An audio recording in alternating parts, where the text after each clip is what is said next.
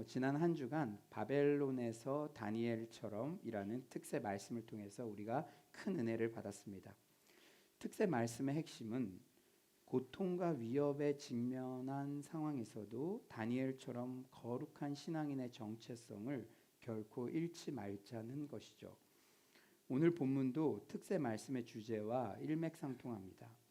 고난 중에도 다니엘처럼 정도로 제목을 네이밍할 수 있을 것 같아요. 지난주 설교는 우리가 고난 중에도 기뻐할 수 있는 이유에 대해서 살펴보았죠. 오늘 본문은 우리가 고난 중에도 거룩하게 살 수 있는 그 방법에 대해서 말합니다. 결론적으로 산소망은 우리의 미래만을 위한 것이 아니라 우리의 현재 고난 가운데도 거룩을 유지하며 살아갈 수 있는 원동력이 됩니다. 우리 주변을 보면 삶의 고난이 올 때 거룩이 무너지는 사람을 심심치 않게 목격해요. 고난을 잊기 위해 술이나 도박 등에 몰두하다 인생이 파산하는 경우도 있죠. 하지만 고난 중에도 오히려 더욱 거룩하게 살아가서 주변 사람들로부터 경외감을 불러일으키는 분들도 있습니다. 그 차이는 산소망을 가졌느냐 아니냐에 달려 있어요. 소망이 이렇게 중요합니다. 예전에 제가 중국 청소년 사역을 했을 때 아버지가 3번이나 바뀐 엮이는 가정. 여러분, 이 중학생이 되기까지 아버지가 3번이나 바뀌었다는 것은 할 말 다 한 거죠. 아버지가 3번이나 바뀐 엮이는 가정에서 자라나 왜곡된 성개념을 가진 여학생이 있었어요. 청소년기에 이미 경험해서는 안 될 경험을 하고 나는 이미 글렀다. 나는 정상적인 행복한 가정을 이루지 못할 거라고 생각하고 있어서 너무나 안타까웠습니다. 그 아이에게 복음에 대해서 진지하게 설명하고 너는 이전과는 다른 전혀 새로운 피조물이고 하나님께서 너 존재 자체로 인해 기쁨을 이기지 못하신다고 하나님의 마음을 전했어요. 그리고 우리가 과거에 아무리 큰 실수를 했어도 우리가 회개하면 하나님께서는 용서하시고 너도 정말 행복한 가정도 이룰 수 있다. 선생님 주변에도 그런 분들이 많이 있다고 이야기해 주었습니다. 그랬더니 이 아이가 저에게 한 번도 자신의 미래에 대해 긍정적인 말을 해주는 사람이 없었는데 고맙다고 그러더라고요. 그 이후 아이가 한 번에 완전히 바뀐 것은 아니지만 그래도 자신의 몸을 예전처럼 함부로 굴리지는 않았습니다. 그렇습니다. 행복한 가정에 대한 소망이 생기면 미래에 만날 배우자를 위해 자신의 몸을 함부로 더럽히지 않고 어떻게든 거룩해지려고 노력하죠. 거룩은 기독교 신앙에서 핵심 주제예요. 수많은 믿음의 선배들이 바벨론 같은 이 세상에서 어떻게 거룩을 유지하고 살 수 있느냐에 대해 고민했죠. 어떤 부류들은 세상과 완전히 고립된 채 그렇게 자신만의 거룩을 유지하며 살았어요. 어떤 곳에 들어가 혼자 사는 운둔의 방법을 택했죠. 그렇게 하면 죄를 짓지 않을 것이라 생각한 것이죠. 또 어떤 부류들은 세상과 동떨어진 수도원을 만들어 함께 사는 공동생활을 시도했습니다. 조금 더 적극적인 부류들은 아예 세상에는 희망이 없다고 생각해서 새로운 사회를 정치적으로 건설하려 했어요. 방법은 다르지만 모든 부류들이 어떻게 이 타락한 세상에서 구원받은 그리스도인으로서 거룩하게 살아갈 수 있을까 하는 고민이었습니다. 여러분들도 마찬가지일 거예요.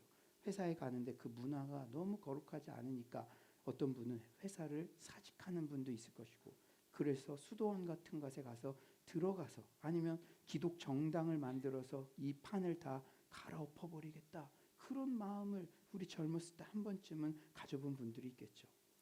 그러나 성경은 운둔자나 수도사, 이상주의자나 과격한 자들과는 전혀 다른 접근을 합니다. 성경은 결코 세상을 등지거나 개토화되어 자신만의 왕국에서 살라고 말하지 않아요. 세상 속으로 들어가서 빛과 소금의 역할, 자기가 희생되어 녹아지고 빛을 비춰서 자신의 몸을 태워서 빛을 비추는 그런 역할을 감당하라고 도전하죠. 그렇다면 세상 속에서 그리고 베드로전서의 수신자처럼 고난이 직면한 상황에서도 우리는 어떻게 거룩을 유지하며 살아갈 수 있을까요? 제가 오늘 설교를 준비하며 특별히 마음에 와닿는 분들이 있었습니다.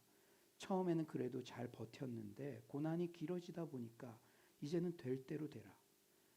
나도 더 이상 힘들어서 기도도 예배도 다 모르겠다.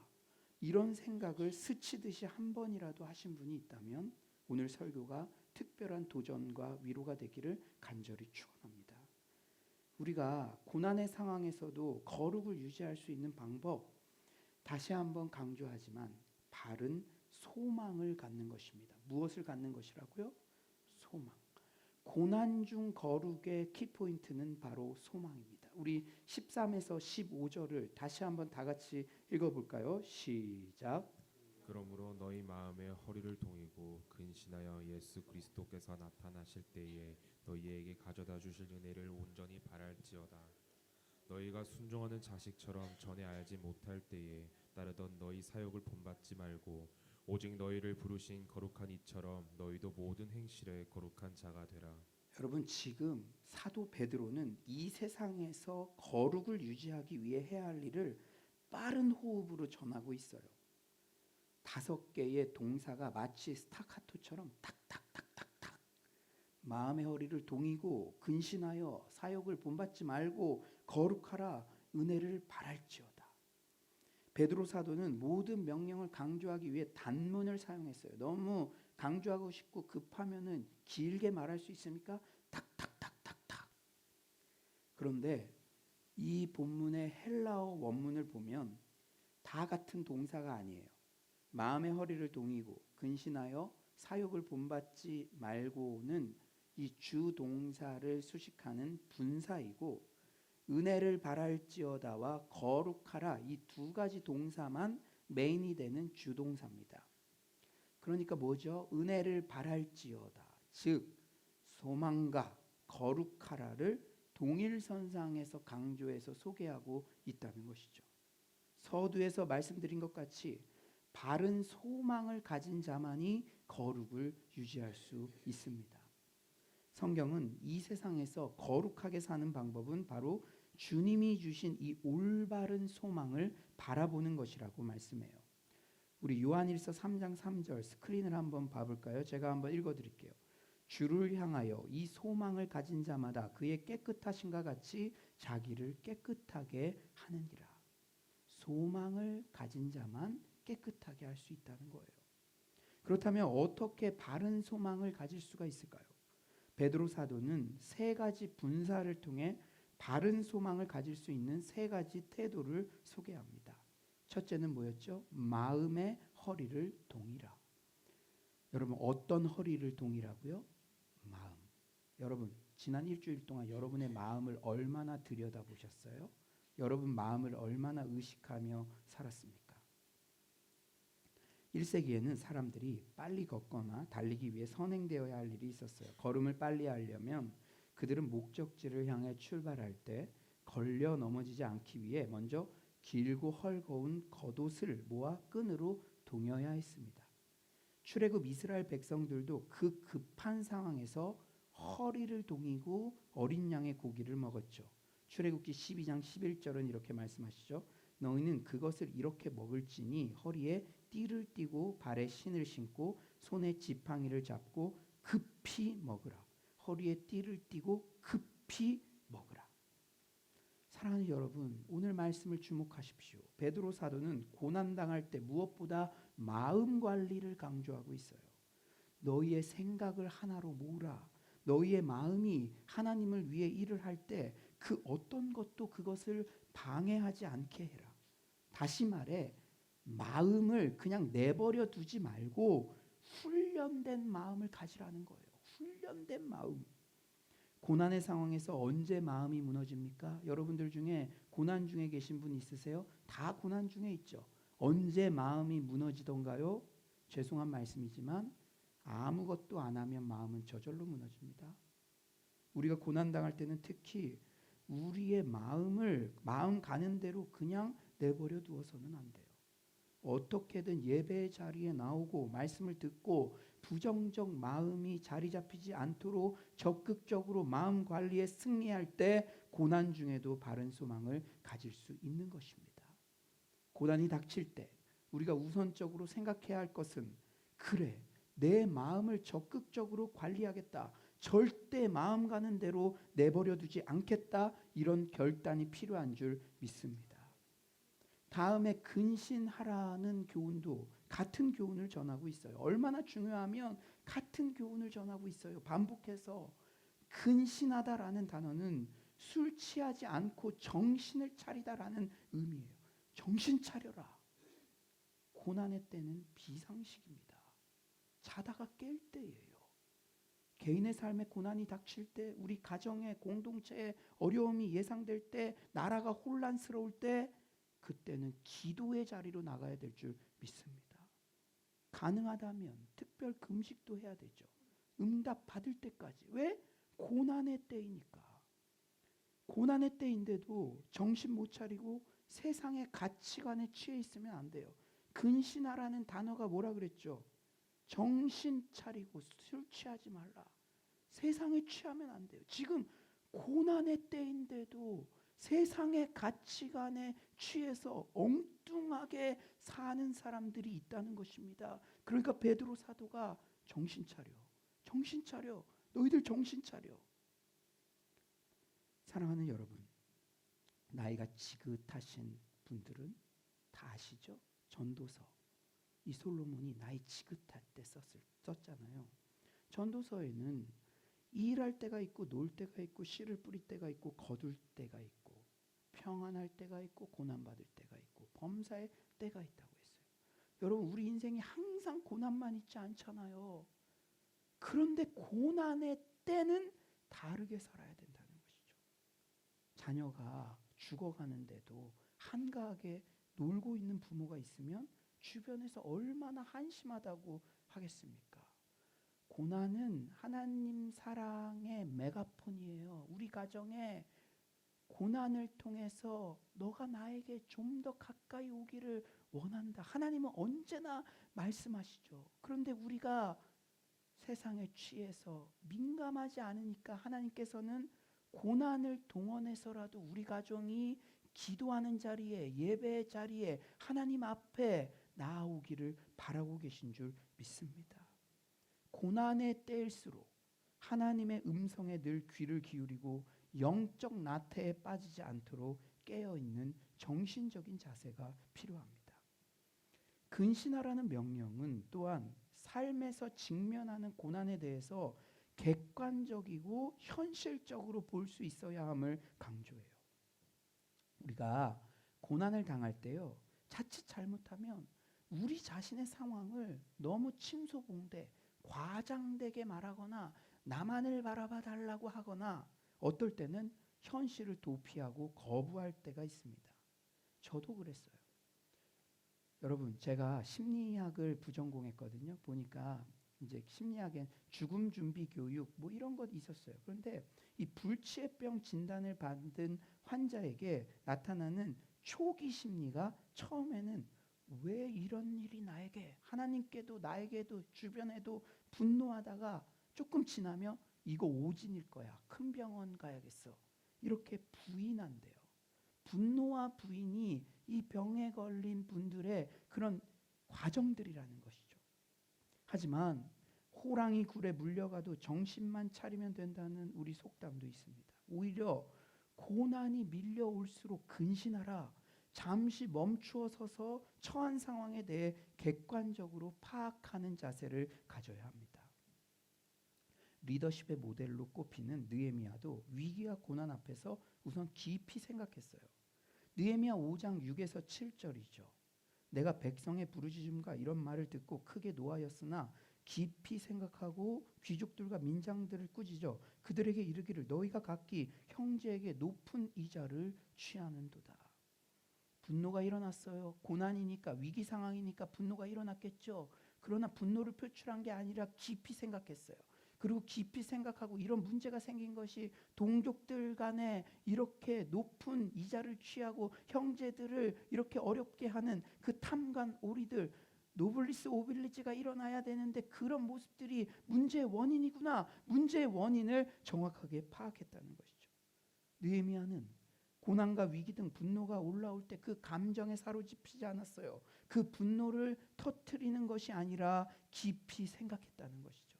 하나님 앞에서 곰곰이 생각하면서 문제의 원인을 찾아내고 그렇다면 나는 어떻게 할 것인가를 계획했습니다.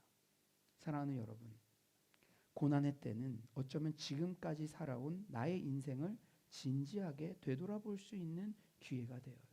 여러분, 많은 사람들이 고난을 통해서 가정의 소중함을 깨닫게 되고, 내가 우리 자녀들에게 바쁘다는 핑계로 이렇게 잘 대해주지 못했구나, 그런 것들을 알게 되잖아요. 고난의 때일수록 정신을 차리고 어디서부터 잘못되었는지 깊이 생각할 때 하나님과의 관계에 있어서도 내가 소홀히 했던, 신년에는 내가 하나님 앞에 누가 강요하지 않았잖아요. 하나님 앞에 이렇게 다짐했는데, 이런 것들, 예배 생활, 기도 생활 등 그런 경건의 생활에 오히려 집중하며 경건의 생활에 집중할수록 썩지 않을 미래의 소망에 우리의 시선을 고정할 수 있게 될 줄 믿습니다.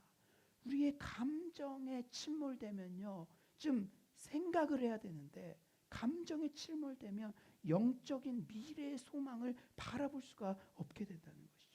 소망이 고난 중에도 거룩하게 신앙을 성숙시킬 수 있는 원동력인데, 감정에 그렇게 침몰돼 있으며 그 소망을 바라볼 수 없다는 것입니다. 마지막으로 육체의 소욕을 따르지 않는 거예요. 우리 14절을 한번 다 같이 읽어봅시다. 14절입니다. 14절 시작.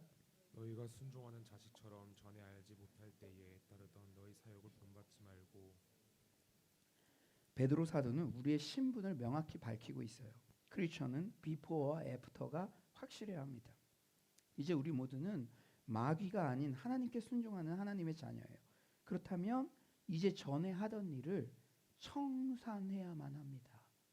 여러분, 저는 흡연을 했던 경험은 없는데요, 이 금연을 할 때도 조금씩 끊는 거는 거의 불가능하다고 그러더라고요. 하루아침에 청산이에요. 우리가 옛 죄된 습성들 청산해야 한다는 거예요. 과거를 단절하고 현재의 신분에 걸맞는 삶을 살아야만 합니다. 우리가 복음을 알기 전에는 각종 더러운 욕망들을 추구하며 살았어요. 갈라디아서 5장 19에서 20절 우리 한번 보시죠. 우리 화면 보시고 갈라디아서 5장 19에서 21절은 이렇게 말씀해요. 우리 다 같이 한번 읽어봅시다. 시작. 육체의 일은 분명하니 곧 음행과 더러운 것과 호색과 우상 숭배와 주술과 원수 맺는 것과 분쟁과 시기와 분냉과 당 짓는 것과 분열함과 이단과 투기와 술 취함과 방탕함과 또 그와 같은 것들이라. 너희에게 경계한 것 같이 경계하노니 이런 일을 하는 자들은 하나님의 나라를 유업으로 받지 못할 것이요. 네, 여러분 19절에 무엇부터 얘기합니까? 음행, 더러운 것, 호색, 이 성적인 일탈, 그것을 먼저 얘기해요. 여러분, 이 시대에 어떻습니까? 여러분, 우리도 다 다른 사람인 것처럼 앉아있지만 우리도 그랬어요. 우리도 예수를 인격적으로 알기 전에는. 그리고 20절에 보니까 분쟁과 시기와 분냄, 이런 것들이 당연한, 예수를 인격적으로 영접하지 않으면 나타나는 당연한 육체의 소욕대로 살아가는 사람들의 당연한 결과물이라는 거예요. 저요, 회사 다녀봤잖아요. 그래서 저도 회식 자리도 가봤어요. 술판이 벌어지는 불신자들의 모임은 안 봐도 뻔해요. 저는 그때 이미 전도서를 뗐어요. 결국 술 취함과 방탕함으로 귀결되더라고요. 여러분, 회사에서는 막 검은 세단을 타고 막 사람들에게 존중받고 막 신입사원 그런 분들에게 나도 저 자리에 가야겠다. 와, 신입사원들이 그 술집에서 이 존경받는 본부장님이 하는 행동을 본다면 그 존경이 그대로 갈까? 나는 의문이 들더라고요. 그 가정이 있는데 뭐 애인이 있고 어제 어디 갔다 왔다 이런 거를 자랑 삼아 얘기를 해요. 결국 예수 없는 자들의 술 모임은 방탕함으로 귀결됩니다. 음담패설이 오가며 성적 일탈이 일상이 되죠. 그리고 그런 성적 일탈을 함께한 사람들은 참 웃겨요. 그 다음날 회사에 가면 뭐 바카스 같은 거를 함께한 사람들 자리 위에만 이렇게 놓고요. 2교시 후에 나가자 해가지고 담배 피는 데서 2교시가 없죠. 회사에는. 하여튼 뭐 10시에 만나자 해가지고. 그리고 그들끼리 승진할 때 같은 일탈을 즐긴 사람들끼리만 그런 게 세상이에요.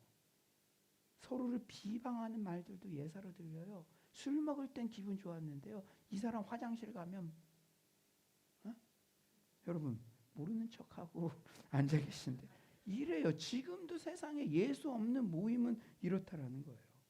사랑하는 여러분, 그러나 이제는 더 이상 우리가 이런 사욕을 쫓아 살면 안 될 줄 믿습니다. 그러나 그래도 하지만 문득문득 옛 소욕들이 올라올 때 우리는 여러분 잊지 마세요. 특히 청년들. 당장의 쾌락보다 결과를 더 신중히 고려해야 합니다. 잠시만 멈춰서면 돼요. 여러분들이 소욕이 일어나서 뭔가 행동을 하기 전에 잠시만 멈춰서세요. 특히 성적인 죄악들. 세상의 한 가지 특성은 아무도 포르노, 불륜 또는 배우자와의 신의를 저버린 성적 일탈 때문에 찾아오는 불행한 결과에 대해 말하지 않는다는 점. 교회에 와서나 이런 얘기 듣죠. 여러분의 회사 존경하는 선배 누구도, 회사 바이어들 만나는 사람들 누구도 너가 포르노 중독되면 아내 외에 다른 여인과 하룻밤을 지내면 너에게 결과가, 너의 가정의 결과가 혹독할 것이다, 그런 얘기를 해주는 사람이 없어요. 왜? 자기도 똑같은 삶을 사니까. 양심에 그래도 자기도 괴로우니까 그런 얘기를 해주는 사람이 없습니다. 하지만 이런 육체의 소욕이 올라올 때마다 나의 행동이 가져올 결과를 그대로 그려보십시오. 그것이 미칠 영향을 심사숙고하십시오. 잠시 멈춰서서. 그리고 그로 말미암아 삶이 훼손될 사람들의 이름을 대보십시오. 이미 라이징 스타들이, 설교자들도 마찬가지죠. 라이징 스타들이 성적 일탈 때문에 저 추락한, 끝을 모르고 추락한 사람들의 이름이 있지 않습니까? 연예인 이름이 있지 않습니까? 그들도 육체의 소욕을 따라서 그 행동을 할 때는 그걸 생각하지 않았어요. 누구도 그렇게 떨어질 거라고 생각하지 않았으나 여러분들은 생각해야 합니다. 그리고 명성에 실추라는 비싼 대가를 스스로에게 상기시켜야 하죠.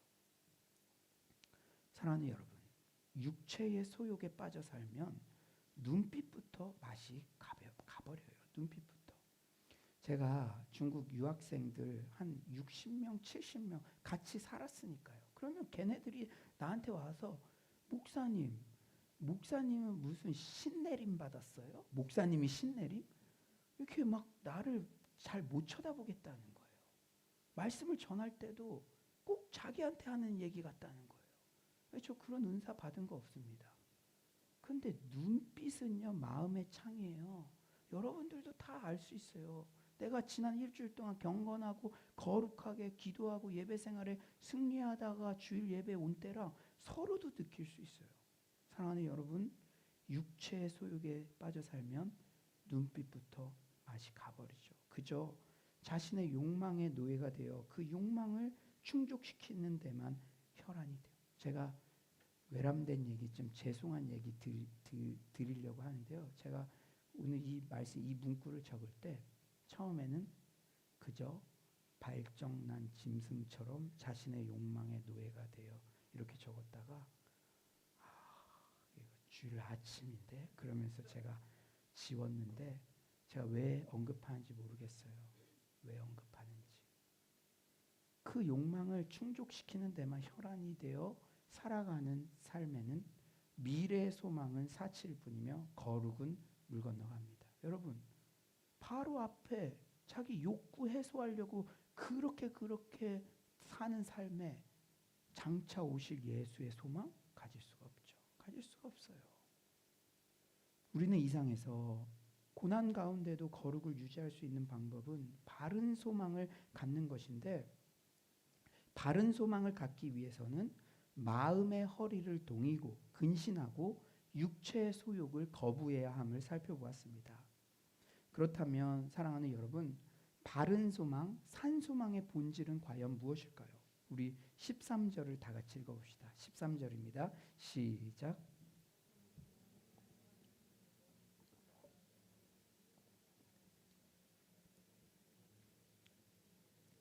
예수 그리스도께서 나타나실 때 가져다 주실 은혜, 다시 오실 내 사랑하는 신랑 되신 주님, 그날의 은혜를 바라보며 살 때 우리는 거룩한 신부로 살아갈 수 있습니다.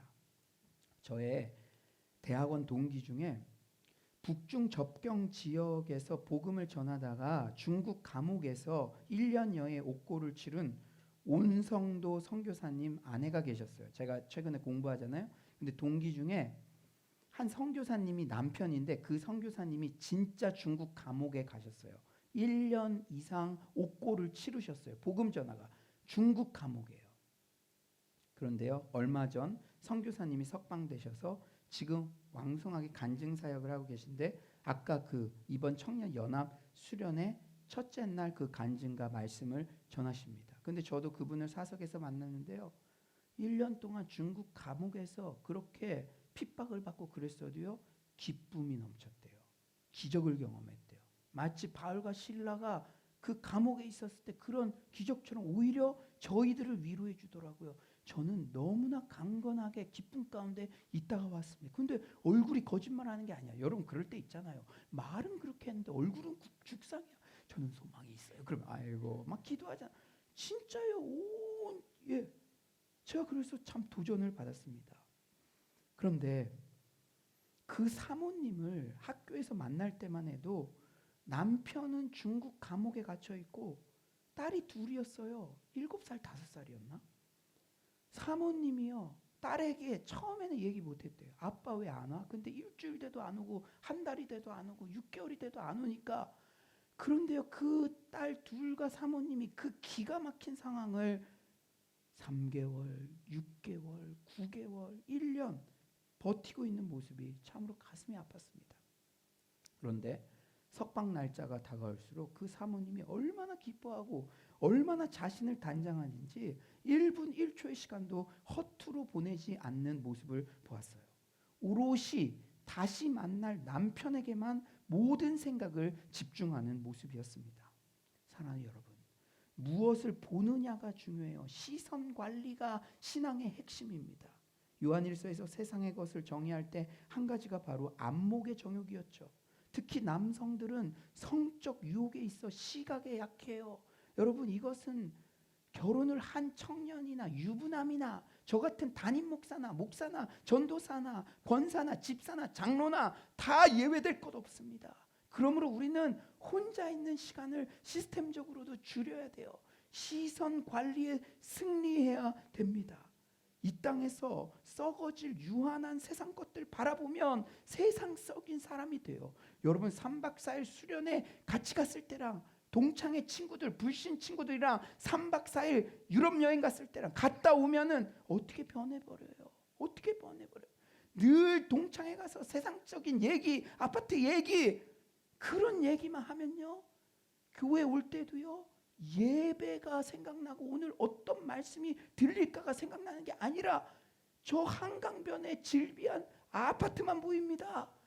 저거 작년에 샀으면, 재작년 샀으면 지금. 사랑하는 여러분, 하지만 우리는 위의 것을 찾아야만 될 줄 믿습니다. 골로새서 3장 1에서 2절 말씀하세요. 골로새서 3장 1에서 2절 우리 다 같이 읽어봅시다. 시작. 그러므로 너희가 그리스도와 함께 다시 살리심을 받았으면 위의 것을 찾으라. 거기는 그리스도께서 하나님 우편에 앉아 계시느니라. 위의 것을 생각하고 땅의 것을 생각하지 말라. 우리 집 거실에는요, 지금도 거실 분위기와는 다소 언밸런스하지만 이 궁서체 큰 글씨로 위의 것을 찾으라. 뭐 어떤 집의 거실에 그 스티로폼 뒤에 해가지고 궁서체로 한 글씨가 한 70? 뭐 이렇게 그 워드로 치면요, 위의 것을 찾으라 땅 이렇게 적혀져 있어요. 여기서 찾으라라는 동사는 현재형이에요. 끊임없이 위의 것을 생각하고 끊임없이 땅의 것을 생각하지 말자는 것입니다. 사실 저희 가정이 가장 고난 가운데 있을 때 제 아내가 커피 브레이크 집회를 다녀와서 그 집회 때 위의 것을 찾으라가 주제였대요. 그래서 앞에 붙어 있는데 그거 떼서 버린다고 하니까 그거 져주세요 하고 가져와서 그 큼지막한 성구를 집에다가 딱 붙였습니다. 제가 힘들 때 출근할 때마다 그게 보였어요. 아내 얼굴도 오버랩되면서. 지금 생각하니 고난의 한가운데 있었던 그때 그래도 끊임없이 위의 것을 찾으려고 몸부림쳤기 때문에 포기하지 않고 거룩을 유지할 수 있었고 현재 회복이 있음을 깨닫게 됩니다. 이제 말씀을 정리하겠습니다. 주석 성경에서는 오늘 본문의 소제목을 고난 중에도 거룩하게 살기, 타락한 세상에서 정결함을 지키기 등으로 표기했어요. 고난 중에도 거룩하게 살 수 있는 이유, 타락한 세상에서도 정결함을 지킬 수 있는 이유는 무엇 때문입니까? 그렇죠. 소망 때문입니다. 예수님 재림하실 때 주실 그 은혜에 대한 소망 때문입니다. 우리는 고난 중에도 소망을 갖기 위해서 마음의 허리를 동이고 근신하고 육체의 소욕을 따르지 말아야 될 줄 믿습니다. 소망은 그냥 꿈에서 그냥 부어지는 게 아니에요. 마음 관리 너 승리해. 마음 내버려 두는 대로 그냥 두지 마. 정신 차려. 지금 고난의 때야. 너의 인생에서 고난의 때만 계속되는 게 아니야. 고난은 터널이야. 출구가 반드시 있어. 그러나 지금은 고난의 때야. 정신 차려. 고난의 때, 애가 아픈데, 힘든데, 엄마가 바람나서 다른 남편 그런 거 쫓아다니는 거 안 되죠. 고난의 때는 위의 것을 적극적으로 찾아. 사랑하는 여러분, 지난 한 주 제가 강단 기도를 이렇게 하며 설교 준비를 하는데요.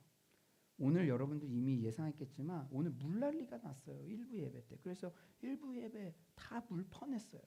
근데 저에게 두 가지 감사가 있더라고요. 아, 진짜 이제 개척교회를 경험하게 하시는군요. 첫 번째고, 둘째는 주중에 이랬으면, 내가 강단기도 드릴 때 이랬으면 그랬는데 다 끝나고 그래도 감사합니다. 제가 그랬는데요. 지난 한 주 이곳에서 강단기도를 하며 설교 준비를 하는데 지금 비상식이다. 마음 관리 잘해라. 정신 차려라. 육체 소욕을 멀리해라.